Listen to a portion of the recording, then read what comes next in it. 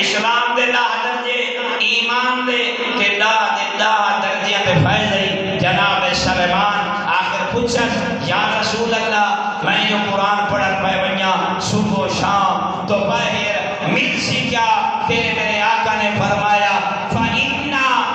قِرَآتًا کفارۃ للذنوب یاد رکھیں جس وقت اللہ دے کلام قرآن کو تو پڑھ سے سلیمان تے کو نیکیاں بھی مل سے تیرے گناہ بھی ختم ہو مر پائے ویسے پرمیشن قرآن کو آپ کی راب نہ سمجھیں جلے تو قرآن آئیں اپنی گودی پاک ویسے نہ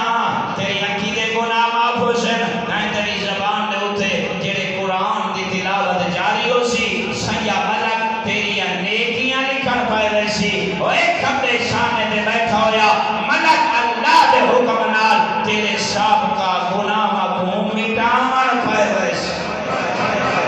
بزرگو یہ قرآن کیا سمجھ کرتے آئے سارے کھرا کی حال تک کیوں ہو گئے سارے جوان کی حال تک کیا ہو گئے فرمائنے کہ لے قرآن صبح ہوئے یا دوپہر